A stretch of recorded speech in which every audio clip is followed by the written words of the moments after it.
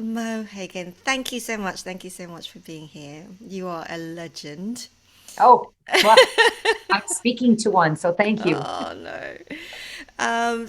Yeah, this is a podcast for the love of group fitness, and I think sometimes the group fitness instructor feels very undervalued and unappreciated, and so I thought I'd do this podcast just to, you know, share some stories and to talk, and to give encouragement and inspiration for the people that are listening.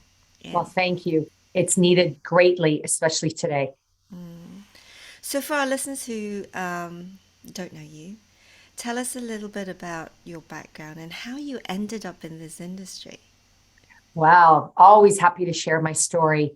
I'm going to start, it's so cliche to say, I found the passion for movement as soon as I could learn to walk, which was a little later than your regular toddler. I was a premature baby, so I had a little help from physiotherapy early in life to get myself on my feet and moving. And as my mother always said, you just never looked back when you found your feet to move. And also being a baby in the 60s, um, I was hyperactive. I guess today you clinically diagnose it as a hyperactive or HDH, high attention deficit disorder. But I just had a lot of energy and it's become part of my brand today. But my mother put me in a lot of organized activities. I wouldn't say sports, but activities. And I was blessed to learn to skate and swim and dance and do gymnastics, et cetera, et cetera. And I can't say I was really great at all of those activities, but I loved just the moments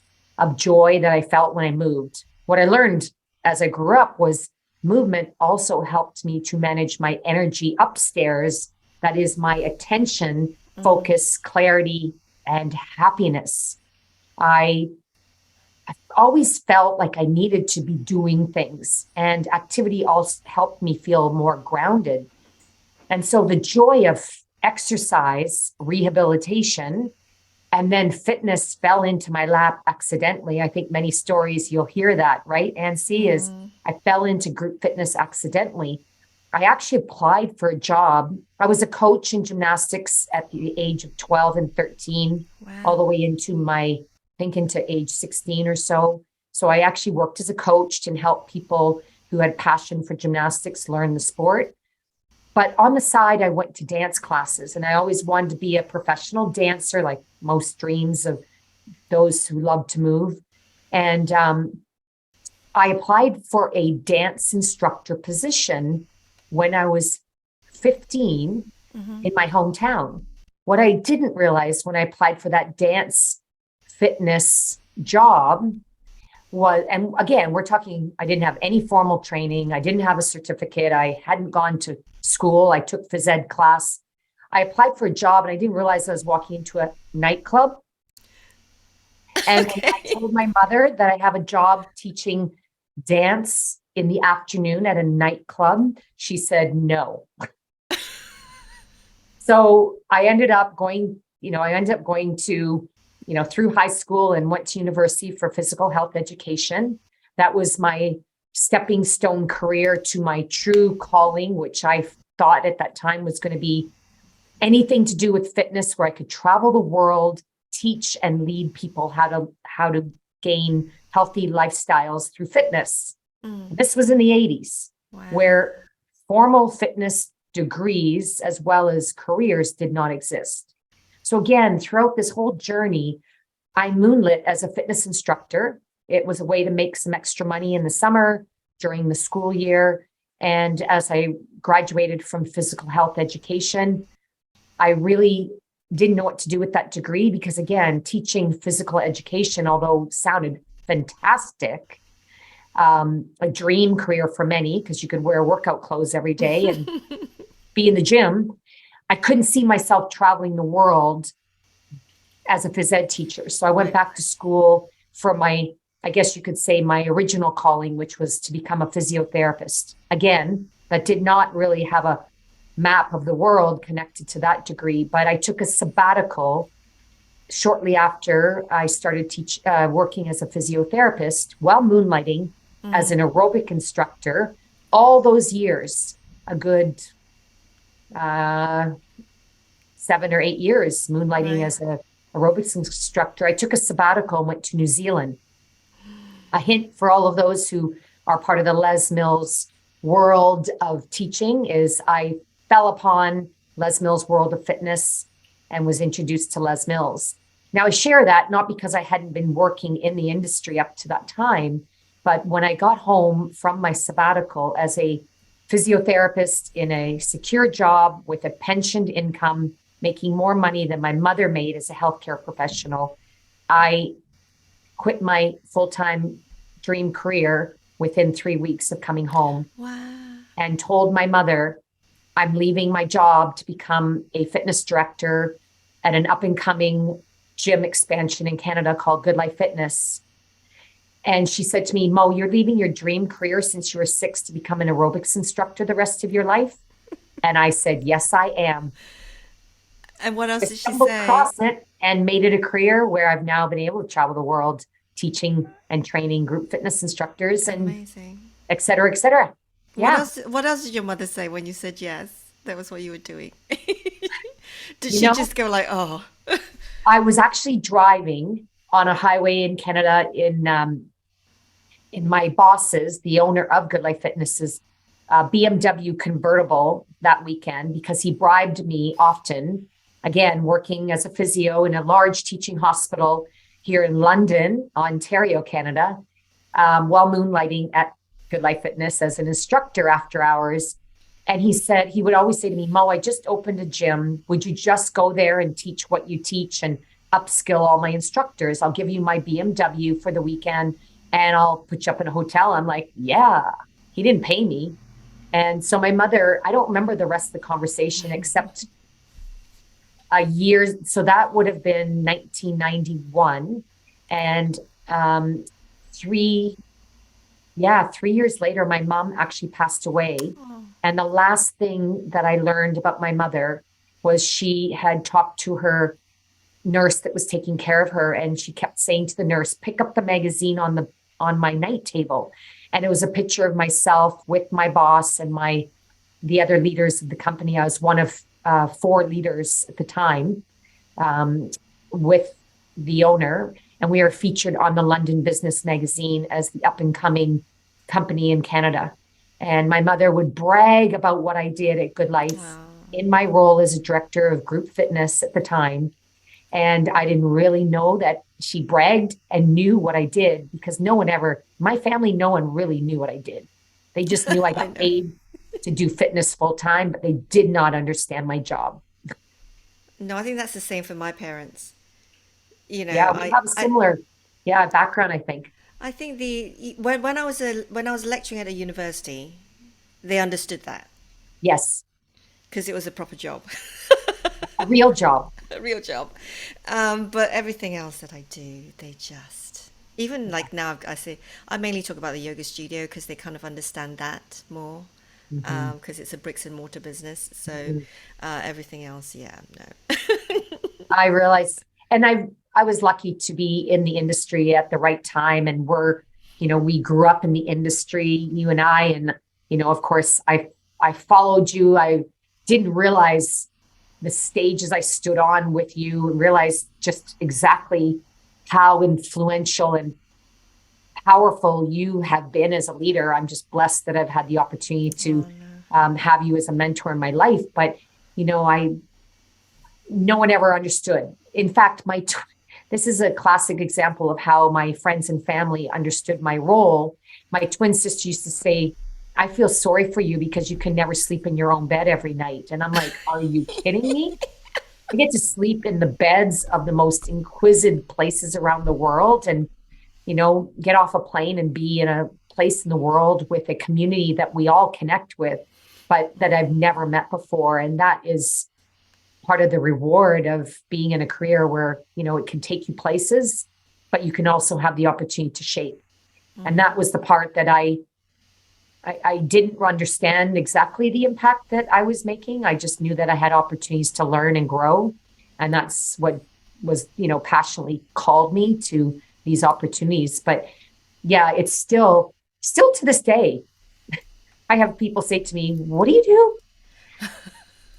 Or they say, well, what do you do now since the pandemic? I mean, fitness stopped. Like, are you doing another job? Or I'm like, no, fitness doesn't stop for those that are called to this profession. You just have to change or navigate a new path for everyone, including yourself. What was it? So you mentioned going to New Zealand. What was it about Les Mills that hooked you in?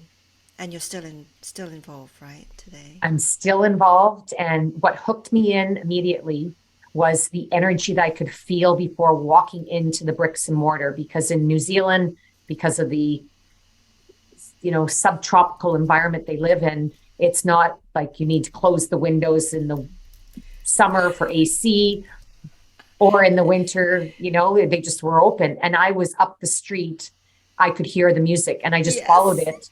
And right? We've been Yeah. there to the Auckland city center location. And when I walked in, the busiest part of the club was Studio One, which of course many people are also aware of.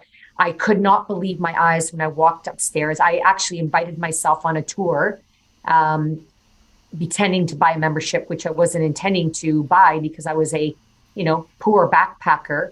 In fact, wanted to get a job temporarily while I was there. Had no idea I was walking into this pre-choreographed business model that, was very particular about how they trained instructors. But when I walked in and saw over 200 people in a studio lifting a Mad. bar at the same time, and yes, I was blessed to walk into a Mike McSweeney body pump class, Yeah. prime time in the afternoon. And then I worked my way into that club as a free guest for a week, gave up my trip to the Bay of Islands, and I went every day, all day. And I think I did like 30 classes that week. And I kept calling my boss, David Patchell Evans, letting him know what I discovered. And that was a discovery that day, that week in 1991, where I'll not look back, because that was the reason, after traveling throughout New Zealand and Australia further on. But I got home and I said to my boss, I did not miss physio, but what I missed was what I discovered. And that is the passion for becoming a trainer of a program that would allow us to grow and reach our goals, which at the time, Patch had this wild goal of having 100 clubs within the next 3 to 5 years. And we were at 25 clubs. Not even, oh gosh, no, I'm mistaken. We had 11 clubs and he wanted 100. And I said to him, if we're going to duplicate ourselves that quickly, we cannot rely solely on freestyle instructors and finding talent here, there, and everywhere. We need to build it internally with a proven model. So that was 1991. Les Mills did not export their programs until No. 1996. Six, yeah. And With Bill. we saw it at IDEA in the US, and I invited Patch. I actually told my boss he needed to come with me to see this program. So he came to World IDEA at the time. We first met the original 5 that were launching Pump around the globe. And that was 1996. And then we secured exclusive rights in 1999. It took us 4 years, but the dream of seeing what was possible. So we were able to meet Patch's goals of building that many clubs. And my department at the time, when I started, we had about 50 instructors. And at the height of my position at Good Life as the vice president of group fitness, we had 3,700, closing in on 4,000 instructors, of which 70% of them taught Les Mills. So that really was a game changer for the business in Canada with group fitness, because it was pre-choreographed. It allowed us to bring their talents alive, but not having to worry about the lesson plan, and allowed us to grow and find enough instructors that relied on a pre-choreographed format. So that really also changed the trends as we continue to see every year. But that was really a long answer to what was the moment at Les Mills that really resonated with me. It was group fitness, and it changed the trajectory of my career and thousands of instructors' careers in Canada. It is an amazing club, isn't it, to walk into, and it's if you're into group fitness, uh, I think if you're into group fitness, full stop, it's like a group fitness. It's group fitness heaven, isn't it? It's heaven. And yeah, I remember like my first time going to New Zealand. I think it was 90. I can't remember, 95, and I thought, oh, I'll go and do a body pump at 6:10 in the morning. It was packed, Packed. 200 odd people. And nobody told me at the time that the bars were weighted bars. They were Oh, steel bars. And I arrived last night, the night before, and put my usual weight on the bar, and I picked it up in the warm up, and I thought, God, this jet lag. we all said the same thing. Oh my gosh, I must be Jeff.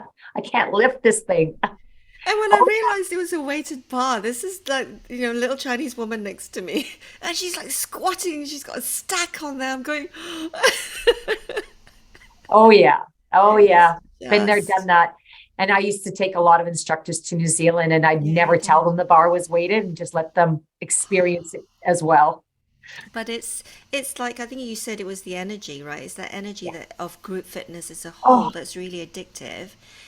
And I oh, think from a club sales perspective, isn't it, when you're showing potential customers around a club, to allow them to step into a room where there's a class yeah. going off, ah, It's a it's the feel, connection. yeah, the connection, the feel of it, the energy of it that you don't get from a treadmill or, you know, No.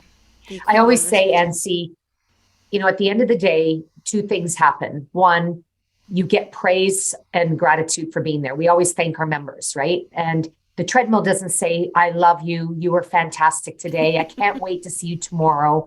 Whereas an instructor will say that to their members, even on the worst of days, if they're not quite, on their game, and they still say thank you and great to have you here. And the other thing is, as an instructor, which is an important lesson in life for all of us as leaders, is as an instructor, you get whether you're sitting, standing, or in Shavasana, you get a namaste or a standing ovation every time you go to work. Imagine if we could give every associate a standing ovation at the end of every time they finish their job, there'd be far more engagement. And that's the connection piece.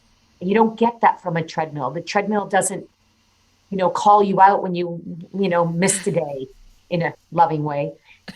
That's the piece that, I know as a operator of clubs and as a leader in the company, educating a new manager and or leader in the company about the magic of group fitness for taking care of your members. You get them in that studio, that instructor will take care of that fragile egg, and you will have them, if you keep them coming for the first 3 months, you'll have them for life, or at least for the period of time that helps helps them have change in their life. Mm, But if you just introduce them to a treadmill and show them how to navigate the gym, like good luck. They just leave for the next deal down the street. But you yes. don't quit your friends. You quit clubs every day. Yeah.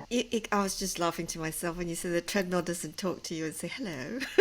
Good Well, morning, maybe Mo. today it does. But this is the thing. So I kind of just thought, with the future, with AI, Yeah. because instructors at ground level, you see it on Facebook groups, etc. They're kind of already thinking, oh, there are clubs that run, that offer virtual classes, and there's all this stuff, like virtual reality and things. So instructors at ground level can feel insecure for their Oh, future. yes. Oh, What yes. What are your thoughts on that? Well, I actually personally experienced that prior to, the pandemic that locked us down and moved us to the technology based delivery of everything, Mm, classes, work, training. mm, We launched virtual fitness in studio at Good Life Fitness. And my role as VP at the time was to travel to all the clubs and to have town halls with the instructors. And our message was how it was going to complement their service and attract people that would perhaps never walk into their studio or their class ever. mm.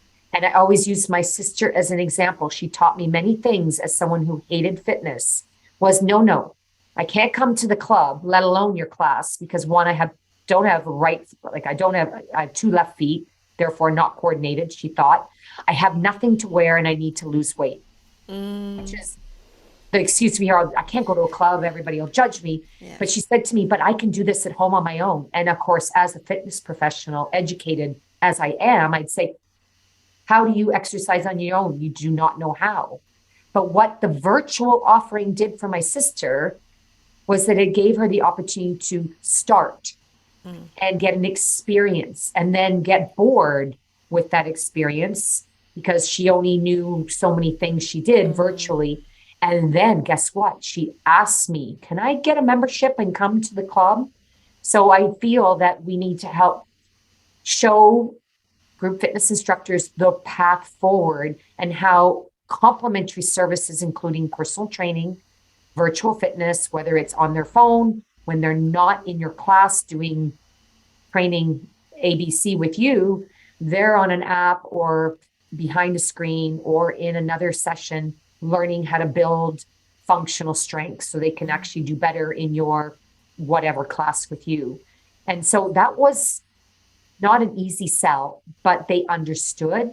mm, And when it came time to launching virtual fitness, at least five, 5 or more years before the pandemic, instructors learned that it wasn't a threat. It became a compliment to what they gave because they could wow you in the class and then say, Ansi, I know you love working your core.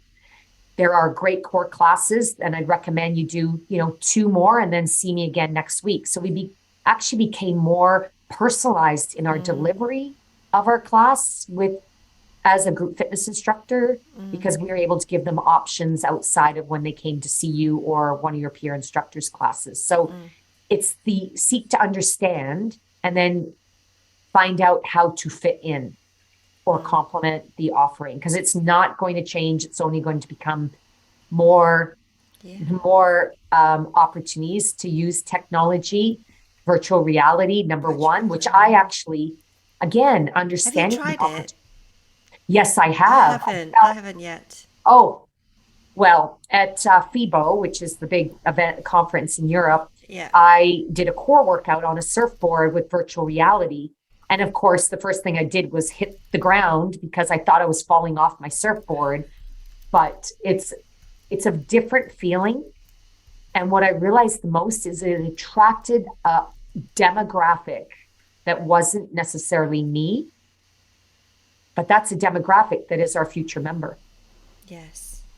So it's important to, there's more than one path to Oz or more than one road to Oz. And if we are truly serving the industry and the world as we're meant to, as fitness professionals, is we should embrace all the opportunities, educate ourselves, but yet then choose the path that you walk and bring people with you. We're we're not a little fish in a big sea. We're a big fish in a smaller sea than we know.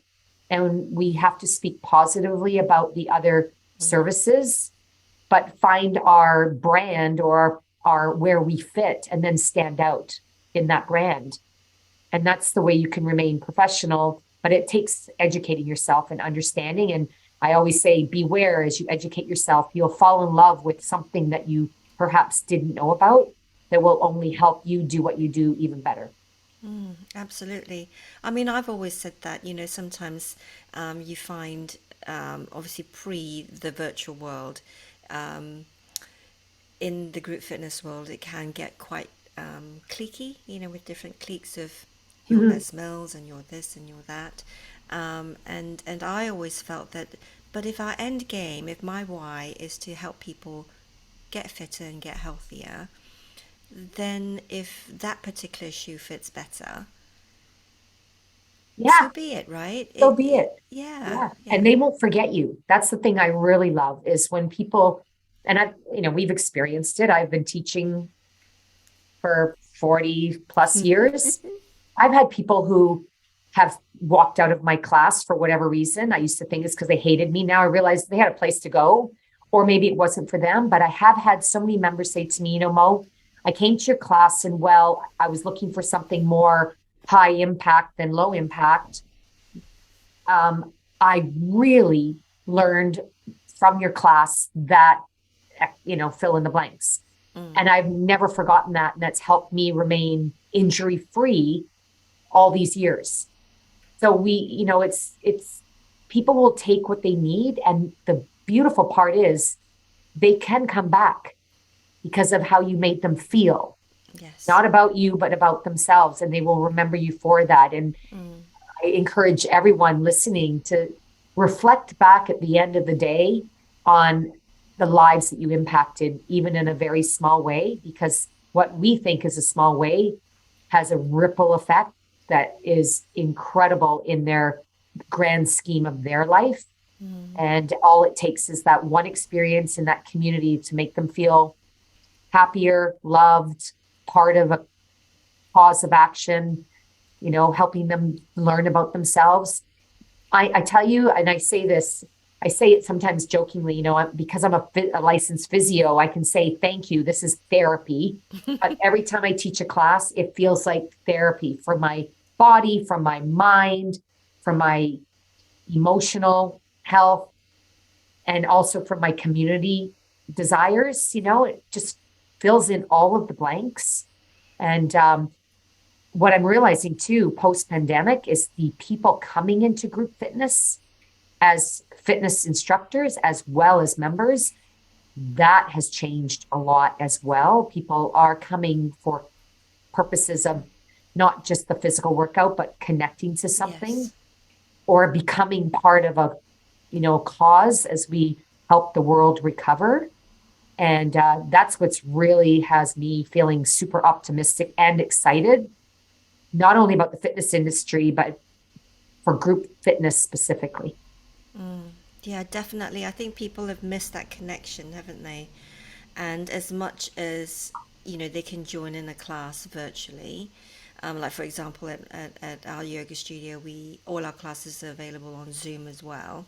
So they feel part of the class still. But yeah, they'll say, oh my God, it's so much harder when you come to the studio. Yeah.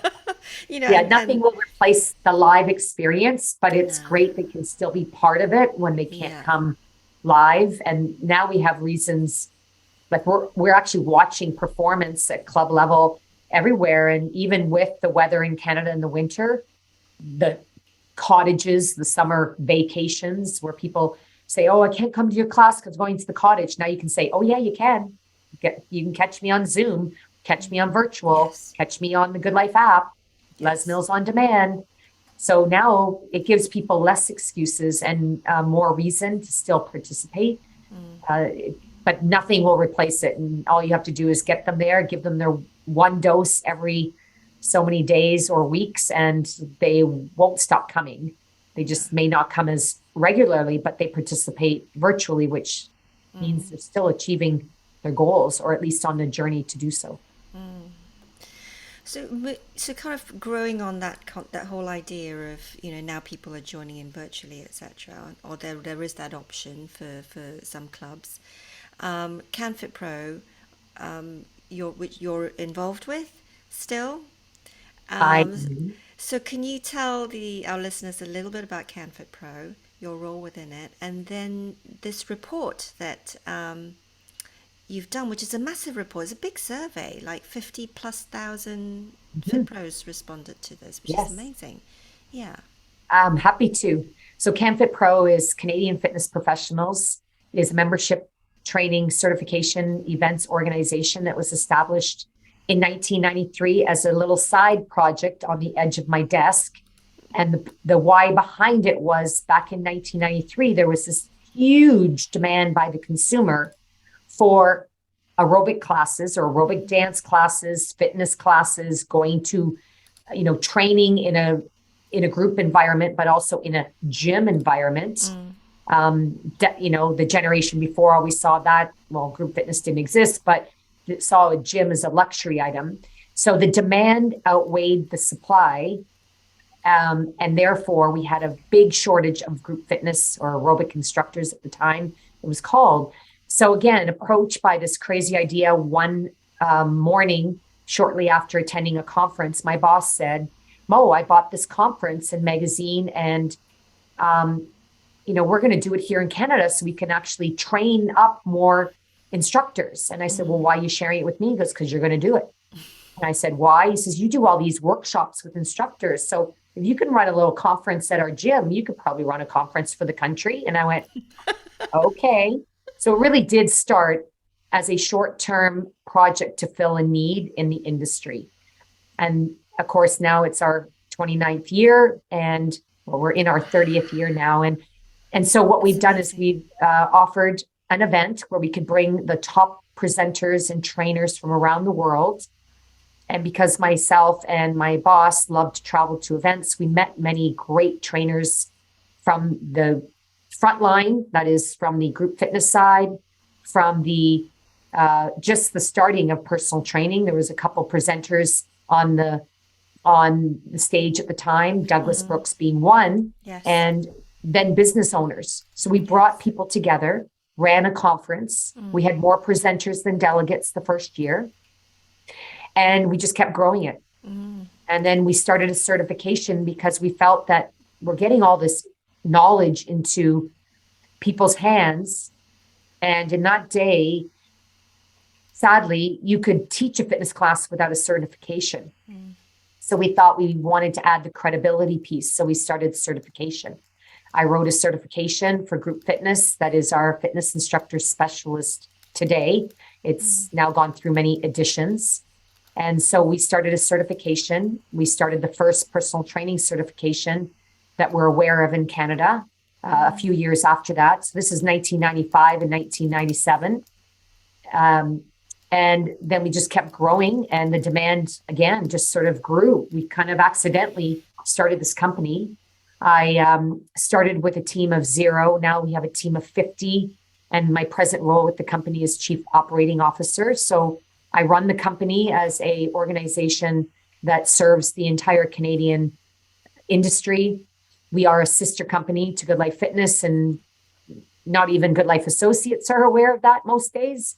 But it's been very rewarding in that we've trained hundreds of thousands of fitness instructors and personal trainers, as well as specialty programs that help them upskill.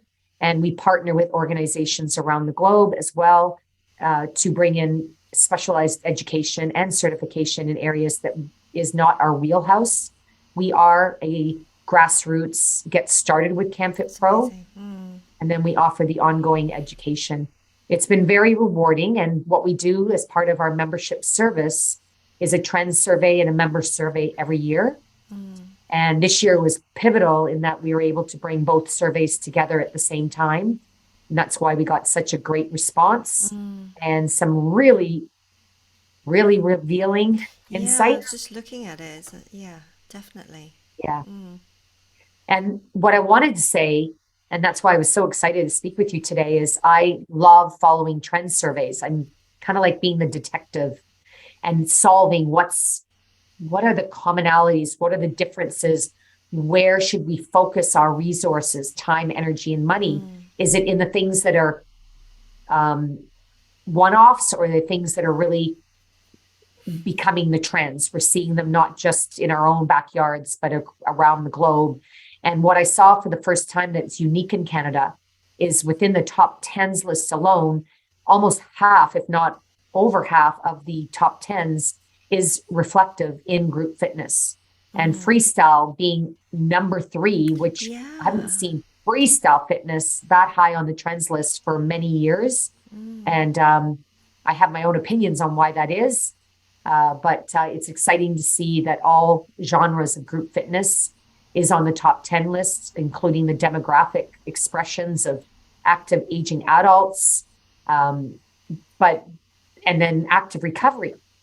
That all of those top 10 trends have given us now a toolbox where we can expand our skill set and become even more relevant, not only this year, but for the future. And that's more important than ever before, as there are not as many jobs available right now for group fitness instructors. So becoming an expert in one of those top trending areas is key.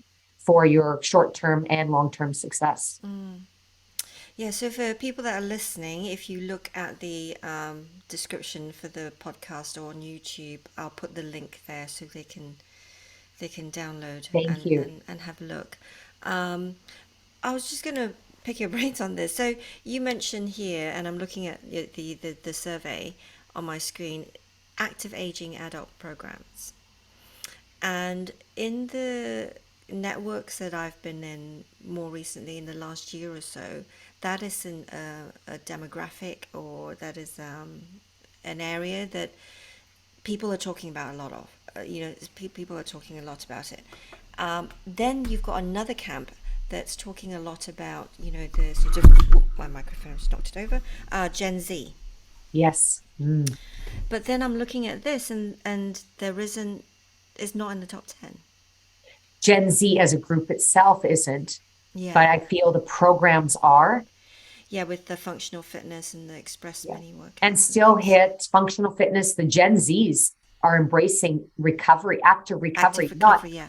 not your recovery that we might think it as, oh, a day off of training or passive stretching. No, active recovery is the full gamut. And Gen Zs are into more feeling good than what their parents and grandparents did, as far as go hard or go home attitude. And yeah, it hurts, so I worked out great. They're into more, I want to feel better and move better. And some Gen Zs, intensity is not their thing. It's more about moving their body. And so that's where the program concepts will attract Gen Zs. Our mind ends. We have a mind end. That means you can go in and sleep, self-guided meditation. You can go in and use the beautiful space and fragrances and the beanbag chairs. You could see a good certain generation in there just having a cat nap. Whereas my generation, the sauna was the place to go to recover, and we'd hang out in the sauna. I wouldn't say we, but I had a lot of friends, and their ideas, they'd work out for half an hour and go to the sauna for an hour, drink all their water and detox. Like, that was our recovery back then. So the programs suit some of the demographics, but because active aging programming was commented on by so many, that's where the data then Right. accumulated it to hit the top 10. Yeah, And when I mean programming, and see, it's also older adult programming. Yeah. Isn't your, slow, light intensity. Yes, they like lit, which is low intensity interval training, but it still has intensity to it. It's just low impact. Yes. They love fascial work. They love the yoga, Pilates, back conditioning. They love the Tai Chi. There's so many programs under the term active recovery. And then, of course, active aging is, I used to always say, perhaps it's just more personalized to what the active ager needs to manage metabolism and to preserve youthfulness, or as many people say, they don't mind getting old. They just don't want to age before their time. Yeah, I've been covering a maternity cover for a friend, and it's called a legs, bums, core class. Oh, and yes. and I haven't done freestyle, and I haven't done that for, I don't know, 15 years or more. Woo. So I was like I was like, okay, I'll do this, and it's a mid-morning class, and it's always full. And I would say the room, if I look out at the studio, the almost the entire back 2 rows, so it's like, are average age, I would say 70, 72. And Yep. they're fantastic. They struggle to get on the floor, and I'm like, yeah, but what happens if you're at home? You need to get up off the floor, so come on. And then the middle row are probably, the ones in their 40s. Their kids are at school and they're not working, they can come to class. And then I think there's a few, I would say, like the Gen Zs, the younger ones at the Mhm. front. But it's And great to teach a class like oh, that. I find teaching freestyle. I love the fact that I can teach pre-choreography, but then I can put my freestyle creative Yeah. brain on and I can still be creative in pre-choreography. That is a certain, it's that what personality am I bringing to that Yeah. particular pre-choreographed class? But there's something about freestyle that is entrepreneurial to me. It allows me to be that, creative dancer or creative person that, I don't get to do and necessarily in my 9 to 5 job. But what I love about what you just said, which I think speaks highly to why the oldest people in the world are still living into their hundreds plus year, they all say the same thing, is that it's the community and the Yes. social connection. And I love it that we have classes where it's intergenerational. That Oh, was it's actually in our trends fantastic. report last year, where you Was can it? be with the 20-year-olds, the It's great. 40-year-olds. I Yeah. think it keeps them young, Oh, that's why you know? grandparents, I'm now one, always say kids keep you young. Well, they do, Mm. whether you like it or not. So now they seek it because it does. It reminds them. I went to a body attack class on Saturday and you know what it reminded me of? Yeah, I didn't move quite as well. And yeah, it bothered my hip a little bit, but that's because I'm working through that rehab. But what I remembered like it was yesterday is that feeling, that community. I saw more people in an hour than I'd seen in 3 years. And it made me feel like I could do anything.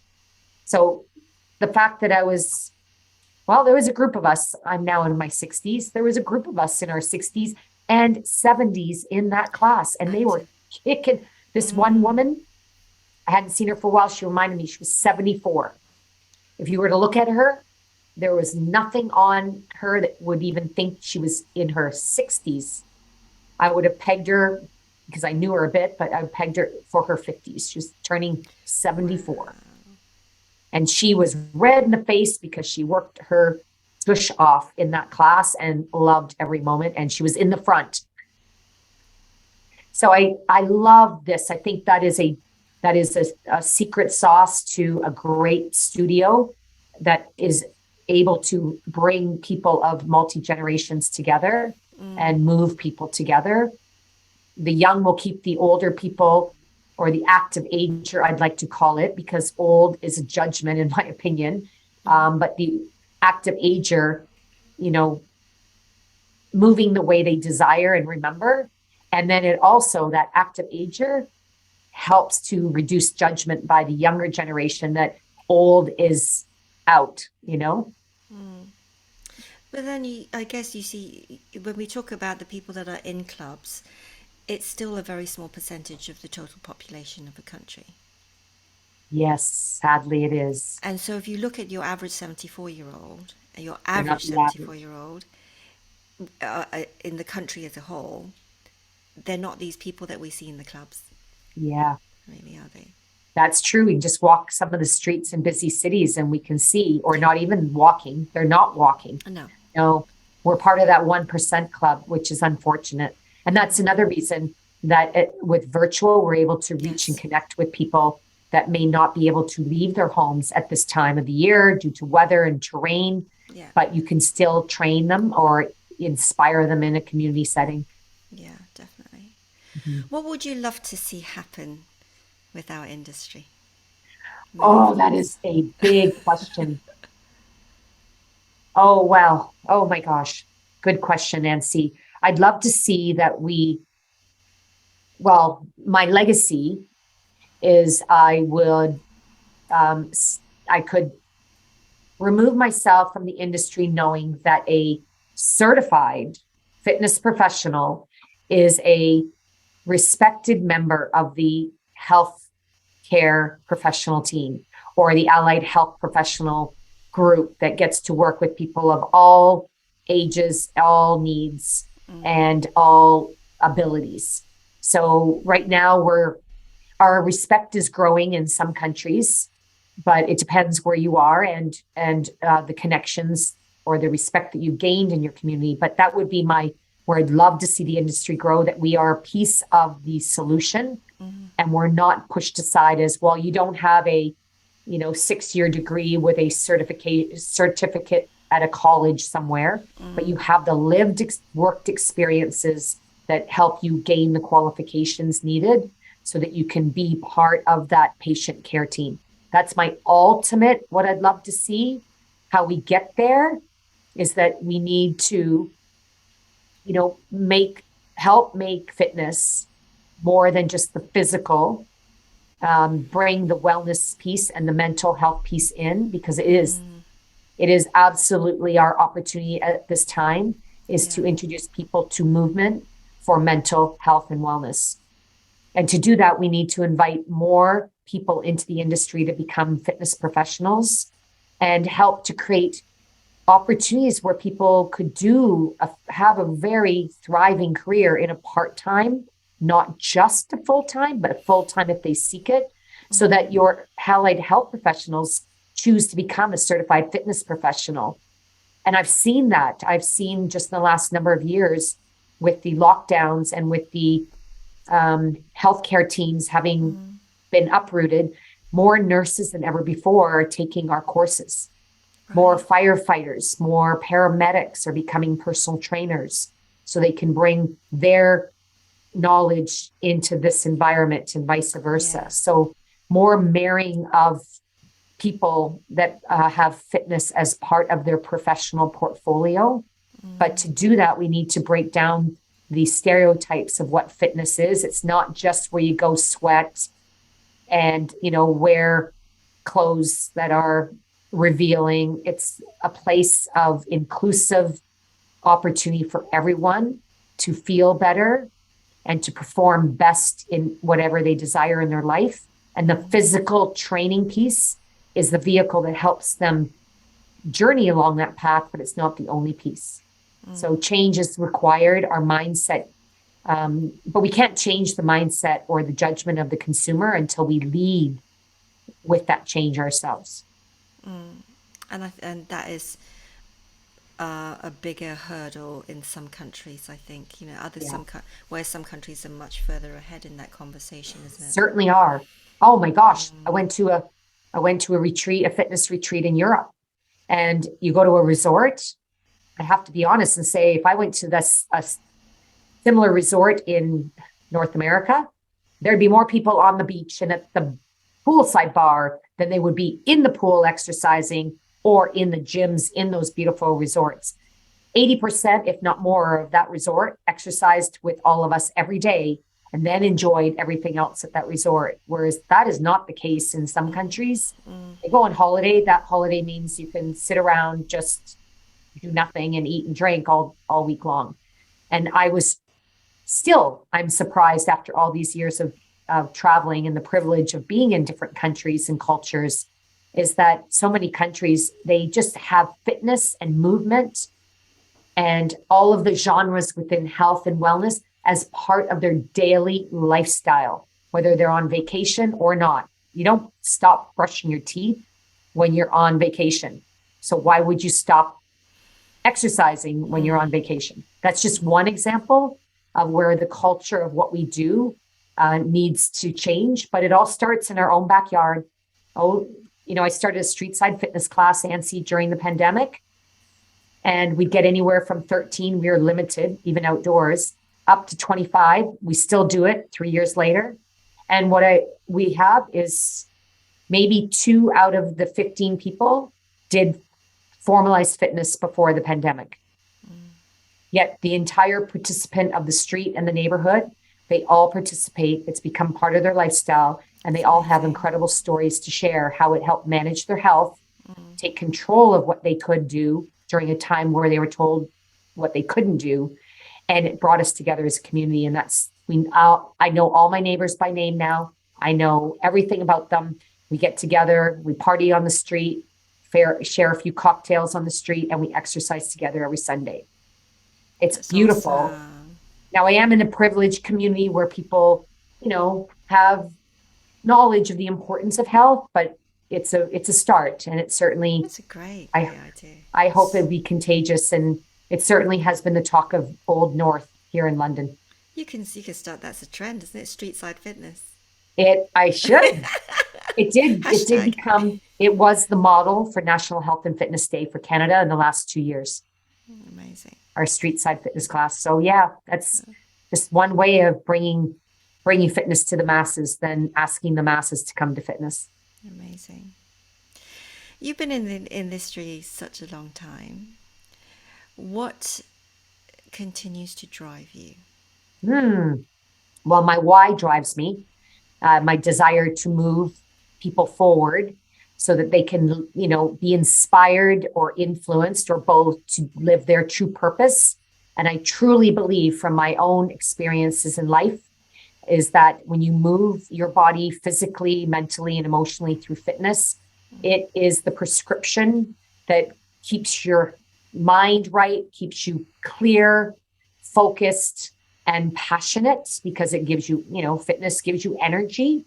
It also helps you focus your energy. And, we can all be better when we're in our best states, physically, mentally, and emotionally, we can perform better in whatever our role of life is. So my why drives me to help people every day, and fitness and what I do in the fitness industry is the vehicle for that.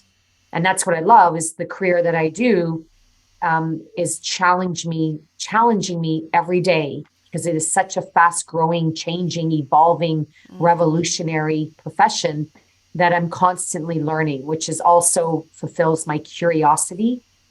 And I love innovation. It also fulfills my entrepreneurial spirit. So I will continue to keep moving and serving the world as long as the industry and world will have me. And in doing so, you know, I, I I will be honest and say, yes, some days my work feels like a job because there's things that we all do that is the grind, but the grind is the climb. And you can't get to where you see for yourself and potential for others if you're not willing to do the grind. Yeah. And so, but for most, I could say, 365 days a year, maybe 300 of those days of the year, it's truly a passion, and the 65 are the grind.